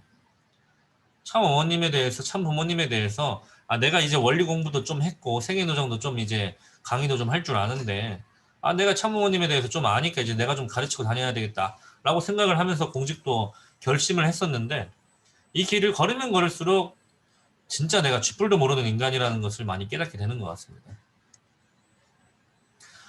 그런데 저도 공직을 하고 있는 제가 그런 걸 느끼는데, 현장에서 여러분들이 정말 참부모님의 삶과 어떻게 보면은 같이 동시대권을 살아가지만 참부모님이 지금 뭐하고 계신지, 어떻게 살아가고 계신지를 알기 어려운 위치에 있는 여러분들이라고 한다면 얼마나 더 모를 수밖에 없는 위치에 있을까 생각하기 때문에 우리 공직자들이 하고 있는 일이 어머님 이번 주에 뭐 하셨습니다. 어머님 이번 주에 이런 말씀 하셨습니다. 이걸 자꾸 여러분들한테 전달하려고 노력을 하는 거예요. 조금이나마 그 심정권에 함께 동참하기 위해서 자꾸 그런 내용을 전달해 드리는 것이 우리 공직자의 그 길인데, 어찌됐든 그런 내용들을 통해서 결국 내가 직접 하늘부모님과 참부모님과 관계를 맺는 것이 중요하다라는 말씀을 드리고 싶고, 그 의문을 해결해 나가는 과정은 우리도 똑같이 같이 공부하고 연구하고 기도드리면서 그 성지순례 탐방도 하면서 이 길을 걷고 있다라는 말씀으로 이 질문에 대한 답을 좀 대체하는 걸로 넘어가도록 하겠습니다. 6번 질문입니다. 지금까지 살아오면서 신앙은 저의 즐겁고 사는 그 자체였습니다. 신앙은 즐거움이고 행복이었습니다. 고민도 없었습니다. 그런데 축복을 받고 나서 고민이 생겼습니다. 내가 어떻게 하면 잘 인도하고 이끌 수 있는지를요. 그런데 머리로는 이해하고 실천을 잘 못하는 사람. 주체가 머리로는 이해했는데 실천 잘 못한다고요. 어, 주체를 이끌어줘야 되는데 그걸 어떻게 하면 좋을지 방법을 알고 싶습니다. 신앙을 인도하는 안내자라는 입장에 서 있습니다. 아주 저는 정말 훌륭하신 분이네요. 사실 이런 생각을 할 수 있다는 자체가 진짜 대단한 분이라고 먼저 말씀을 좀 드리고 싶고, 두 번째로 말씀을 드리고 싶은 거는 우리가 사람이 변하는 과정은 제가 앞서 말씀드린 것처럼 오로지 사랑인 것 같아요. 사랑. 내가 사랑을 받았다 혹은 내가 사랑을 받고 있다, 더 큰 사랑이 나를 인도한다라는 그 체험이 있어야 사람이 변화하는 것 같습니다. 지금 시대에 여러분들 아시겠지만 머리로 이해하고 실천을 잘 못하는 건 사실 지금 시대의 특징인 것 같아요. 여러분들 요즘에 내가 방법을 몰라서 못하는 건 없잖아요. 여러분들 방법 몰라요? 그러면 유튜브에 쳐보면 다 나와요. 자동차 고치는 법, 신차 받았을 때 어떻게 점검해야 되는지 유튜브에 다 나옵니다. 치면. 예? 쓰레기 어떻게 처리해야 되는지, 어떤 벌레 어떻게 없애야 되는지, 이 벌레 이름이 뭔지 다 나와요. 다. 근데 실천이라고 하는 것은 나의 개인의 영역이잖아요. 어쩌면 저는 지금 시대의 종교가 가지고 있는 역할이 바로 실천의 영역인 것 같아요. 여러분들 120배 경배정성 드려보신 적 있나요? 경배정성 드리는데 어때요? 막 120배 드릴 때마다 한 배 한 배 막 몸이 막 쾌락에 몸부림쳐요? 막 죽겠다고 막 이제 막 그만 좀 하면 안 되냐 그러죠, 몸이. 경배가 얼마나 힘듭니까? 근데 120배 경배정성을 내가 하겠다고 결심하고 하겠다고 외쳤기 때문에 몸이 하게끔 명령하는 마음이 있는 거죠.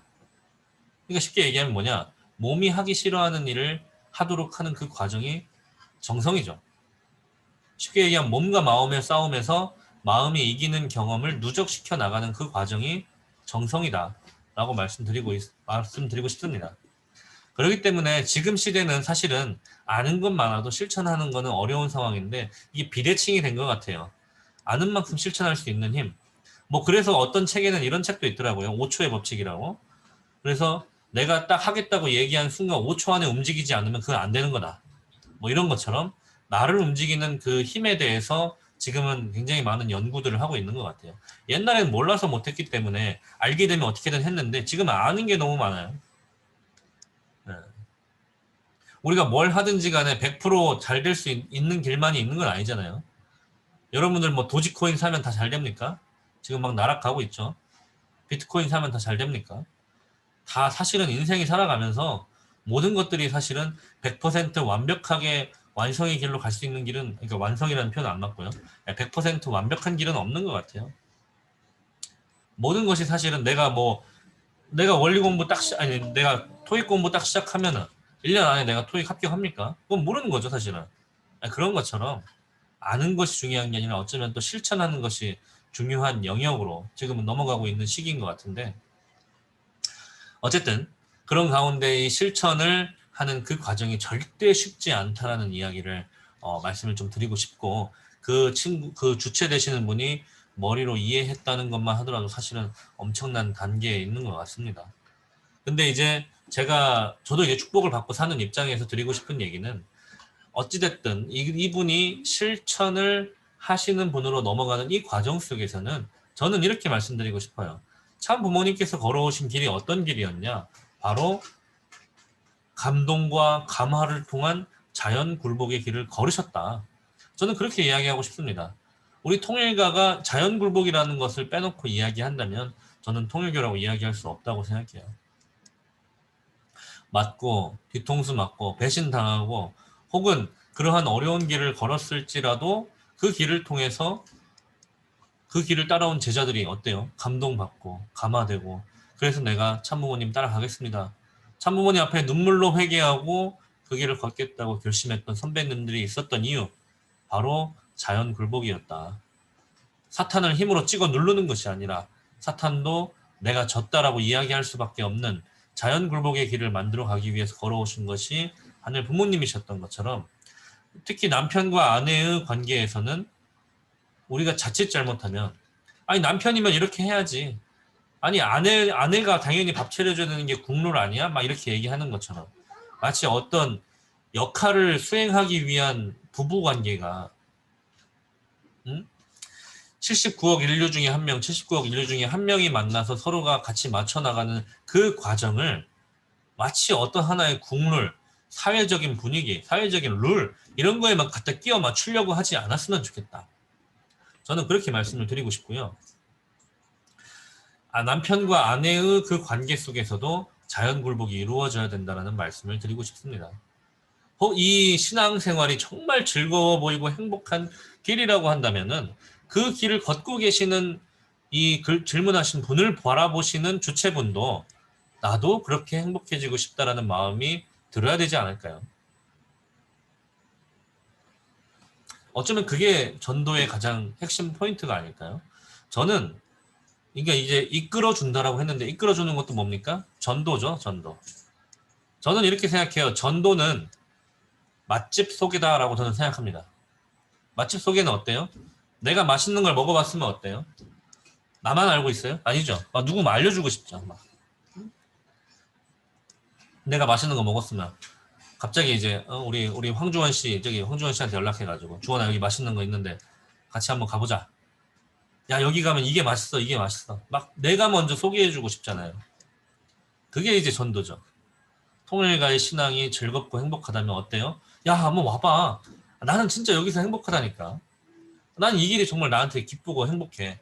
나는 그러니까 너를 같이 가고 싶은 거야. 어쩌면 그게 전도가 아닐까요? 야 너는 여기 오면은 힘들어. 근데 와볼래? 전도 내가 해야 되거든. 이렇게 하면 누가 와요, 그러면? 그러면 이제 여기 질문하신 분도 주체분한테 이 길로 이끌려고 하시는데 이 길을 가는 것이 불행해 보이고 힘들어 보이고 괴로워 보인다면은 그 모습을 바꿔줘야 되는 게 이 질문자가 하셔야 될 역할이 아닌가. 내가 이 길을 걸음으로 인해서 행복하고 기쁘다는 모습. 이 길을 걷는 것이 내 주체에게도 도움이 된다라고 하는 것을 말로 보여줄 게 아니라, 그러니까 머리로 이해하게 할 게 아니라 이 질문자의 실천을 통해서 이제 확신을 가지게 해줘야 도움이 되지 않을까라고 생각합니다.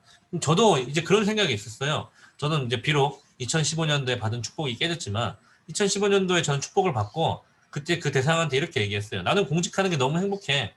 같이 했으면 좋겠어. 이게 말로만 백날 떠드니까 어떤 일이 발생했냐. 자기는 이제 그 체험도 하기 전에 그 압박을 너무 많이 받은 거예요. 이제 막 내가 공직이 사모가 돼야 된다라든지 막 자기가 느끼고 있는 여러 가지 압박감을 제가 전혀 모르는 상태로 나는 이제 공직하면 좋을 거다라는 얘기만 자꾸 막 하다 보니까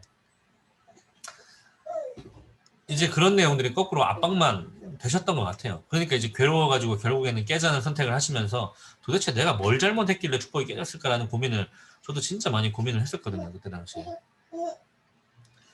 이게 말로만 해서는 안 된다 절대로. 네. 뭐 예를 들자면은 말로만 하는 거는 쉽게 얘기하면 사귈 수도 있잖아요. 사기치는 것처럼. 내가 이 길을 걸으면서 내가 기쁜 모습, 내가 행복해지는 모습, 내가 발전하는 모습, 내가 좀 더 행복한 삶을 영위하고 있는 그 변화하는 모습을 직접 보여주려고 하면서 그 모습을 보면서 감동하고 감화해서 나도 그렇게 해보고 싶어라는 그 말이 나오기까지 그 과정이 바로 참부모님께서 지금까지 걸어 나오신 그 길이다라고 그 길을 축소해서 내가 체험하고 있는 전도의 길이라고 말씀드릴 수 있지 않을까 싶습니다. 네, 어찌됐든 그런 전도의 길에 마치 맛집 소개와 같은 개념으로 여러분들이 먼저 맛을 보셔야 된다. 이 질문하신 분 외에도 내가 신앙의 길이 아직 즐겁고 행복하지 않다면 내가 여기에서 행복하고 즐겁지 않은 이유가 무엇이고 또 다시 얘기해서 여기에서 행복하고 즐거움을 느끼고 있는 친구들을 혹은 그런 분들과 함께 신앙이 왜 행복한지 그런 이야기를 자주 나눠보는 것도 좀 중요하지 않을까 싶습니다. 내가 어쩌면 사소한 오해나 착각 때문에 이 길이 괴롭게만 느껴지지는 않는지 저는 제가 말씀드리고 싶은 거는 제가 이 길을 걷는 이유는 이 길이 행복의 길이라는 확신이 섰기 때문에 저도 제가 4년 동안 해온 대학 전공을 접어두고 제가 신학 대학원을 진학을 한 이유가 여기에 있습니다. 물론 이제 하루하루 백날 행복하다면 사람이라고 하는 게 자극의 역치라고 하는 게 있기 때문에 만날 행복할 수는 없습니다. 근데 때로는 어떤 어려움과 시련과 고통도 그 뒤에 마주하게 될 무지개가 더욱더 빛나 보일 수 있는 과정이라고 생각합니다. 그런 것처럼 여러분들의 삶이 더 풍부해지고 파란만장한 그 모든 내용의 가치가 더욱더 가치가 있을 수 있게 되는 이 길이 바로 저는 신앙길이라고 말씀드리고 싶고 그 주체도 그런 것을 같이 체험하고 체험할 수 있도록 함께 해주시기를 바라고요. 그 외에 참여하고 계시는 우리 많은 우리 청년 학생분들도 내 스스로 먼저 내가 맛집이라고 느껴야 전도할 수 있다. 라는 말씀으로 마무리하도록 하겠습니다. 마지막 질문 7번입니다. 상대와 상대 기준을 맞추는데 상대 기준을 낮춰야 하는 경우라면 어떻게 하면 좋을까요? 뭐냐 간단하게 얘기하면 낮추세요 라고 말씀드리고 싶은데 낮추는 이유가 있겠죠. 낮추는 이유가 뭐예요? 그 상대의 기준을 높여주기 위함이죠. 쉽게 얘기하면은 나는 이 3층에 내가 있다라고 했을 때 그 친구는 1층에 있다면 그 친구를 땡겨주기 위해서 내가 손만 내밀고 있을 수도 있고 내가 같이 1층으로 내려가서 그 친구를 업고 올라올 수도 있겠죠. 저는 좀 그렇게 표현하고 싶어요. 내 기준을 낮추지 않겠다 라고 하는 것을 지키는 것만이 과연 그 친구를 높여줄 수 있는 길인지. 물론 이제 우리가 상대 기준을 맞춰 나가는 데 있어서 무조건 상대한테 맞추면 안 된다라고 하는 것을 배워 오셨겠죠. 저도 그랬고요.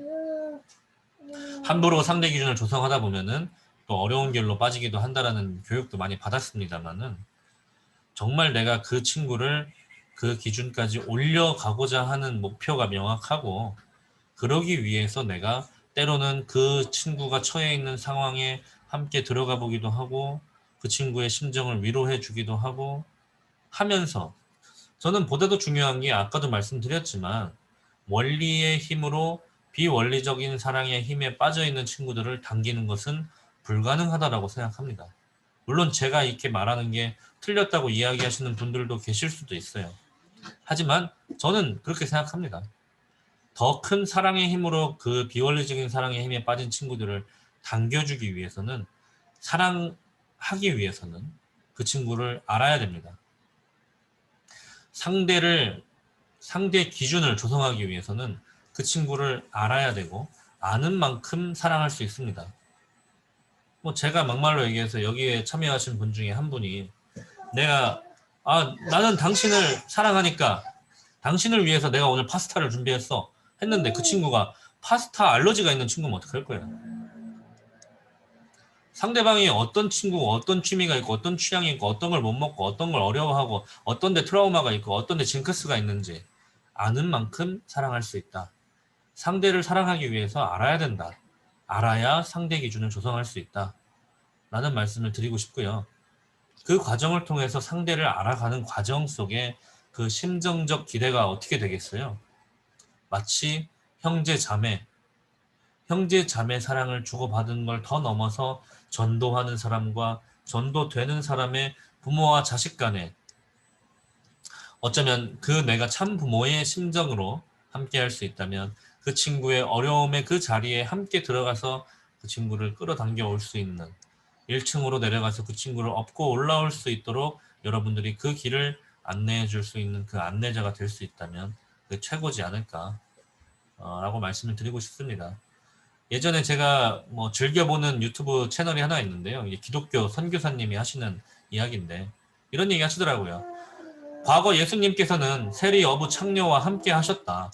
근데 지금 기독교 목사들 봐라. 그 어떻게 보면 사창가에 그 창녀들한테 구원의 메시지를 전하지 않고 술자리에 절대 나가지 않는다. 그들을 전도할 사람들은 누구고 그들을 구원할 사람은 누구냐라고 메시지를 합니다. 과거 예수님은 자신의 손이 더럽혀지고 자신의 발이 더럽혀지는 걸 두려워하지 않았다. 근데 지금의 목사들은 왜 깔끔한 양복 입고 멋진 넥타이 매면서 단 위에 올라가는 것만 즐겨하고 있느냐라는 설교를 하더라고요. 제가 하고 싶은 말이 그겁니다. 상대 기준을 낮추지 않겠다라는 말은 나는 그대로 고귀한 사람이 되겠다라는 어쩌면 그런 마음은 아니겠지만 어쩌면 그런 입장처럼 느껴지지 않지도 않을까라는 생각도 좀 해봐요. 물론 질문자가 그런 의도로 하신 건 아닐 거라고 생각합니다만은 우리가 상대 기준을 맞춰 나가는 목적이 그 친구를 구원하기 위함이잖아요. 그 친구에게 더 큰 사랑을 체험하게 해주기 위함이고 그 친구를 살려주기 위함으로 우리가 상대 기준을 맞추기 위해서 때로는 내가 잠깐 내려가서 그 친구를 끌고 올라올 수 있다면 그 과정이 물론 이제 앞으로 원리를 같이 배우고 생애를 같이 배우고 또 그 친구한테 내가 알고 있는 걸 조금이나마 알려주는 과정들을 통해서 그 친구의 기준을 높여 나갈 수 있을 것 같아요. 근데 그 친구가 상대 기준이 낮다면, 기준이 낮은 곳에 있다면 그 기준을 어떻게 높여야 되는지를 모를 수가 있어요. 그 길을 모른다고요. 그러면은 초심자한테 초심자의 수준에서 튜토리얼을 해줘야지 초심자한테 내가 게임을 마스터한 입장에서 마스터의 위치에서 알려주면 따라오기가 어렵잖아요. 그 친구의 수준에 맞춰 설명해 줘야죠. 이제 통일교회 갓 들어온 사람한테 갑자기 통일교회는 8대 명절이 있는데 이때는 뭐 조율이 씨가 어쩌고저쩌고 얘기하면 알아먹겠어요. 일단은 저분이 참 부모님이신데 왜 우리가 참 부모를 모시고 있는지, 왜 우리가 이렇게 경배를 드리고 있는지, 우리가 지금 하늘 부모님 성회 시대에 왜 합수식을 하고 있는지 하나하나 설명해 줘야죠. 물론 이제 여기에서 얘기하는 상대 기준을 낮춘다라고 하는 게 때때로는 내가 가지고 있는 신앙적 기준에 비해서 좀 더 노골적인 이야기나 좀 더 이제 신앙적이지 않은 표현들을 써야 되는 어려운 상황을 이야기할 수밖에 없다는 것을 저도 알고 있습니다. 때로는 술 마시거나 담배 피는 친구들은 우리가 그럼 버려야 될까요? 어쩌면 그 친구들은 우리가 배제해야 되는 친구들일까요? 생각해보게 된다면 그 친구를 정말 우리의 길로 같이 인도하고 다시 같이 끌어가고 하늘부모님, 참부모님께서 원하시는 그 방향으로 끌어가기 위해서는 우리가 어떻게 해야 될까요? 그런 연구를 한번 해봐야 되지 않을까요? 단순히 나는 훌륭한 사람이고 너는 그런 사람이다 라고 하는 그 기준의 차이만을 그 갭만을 두고 있지는 않은가라고 하는 생각도 저도 저 스스로한테 반성도 많이 해보면서요.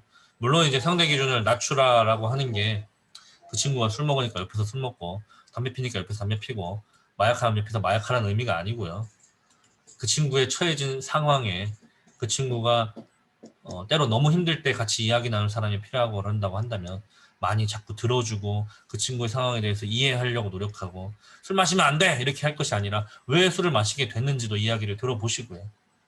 왜 그럴 수밖에 없는 상황에 처했는지, 왜 선택지가 하필 술이었는지, 술이 아니었으면 그 친구의 그 고통스러운 상황을 벗어날 수 없었던 그 사연들은 있진 않았는지, 혹은 앞으로 우리가 더 나은 길을 갈 수 있게 인도하기 위해서는 제일 먼저 그 친구하고 나하고 심정적으로 하나가 돼야죠. 형제가 돼야죠. 그 친구가 내 말을 듣고 싶을 정도의 내가 심정적으로 정말 그 친구의 부모의 입장에 서 있어야죠.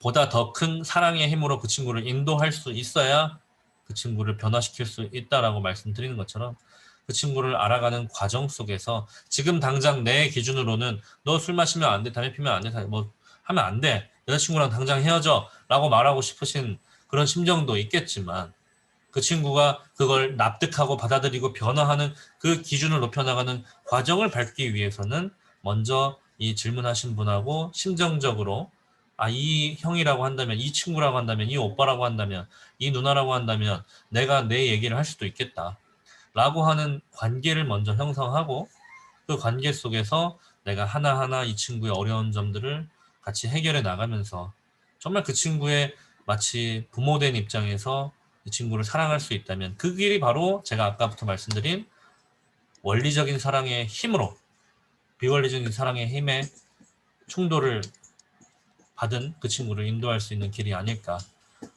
라고 말씀을 좀 드리고 싶습니다. 네, 오늘 질문 7가지의 질문을 이렇게 나눠봤는데요. 물론 이제 저도 이제 제가 개인적으로 이제 걸어온 이제 공직의 길과 개인적으로 이 신앙길을 걸어오면서 많이 부족합니다. 저도 참모모님 말씀 저도 다 모르고요. 생일 정도 전부 다 100% 파악하고 있지는 못합니다. 제가 말씀드린 내용들이 100% 완벽한 답이라고 말씀드리기도 그건 너무 오만하고 거만한 이야기인 것 같아요.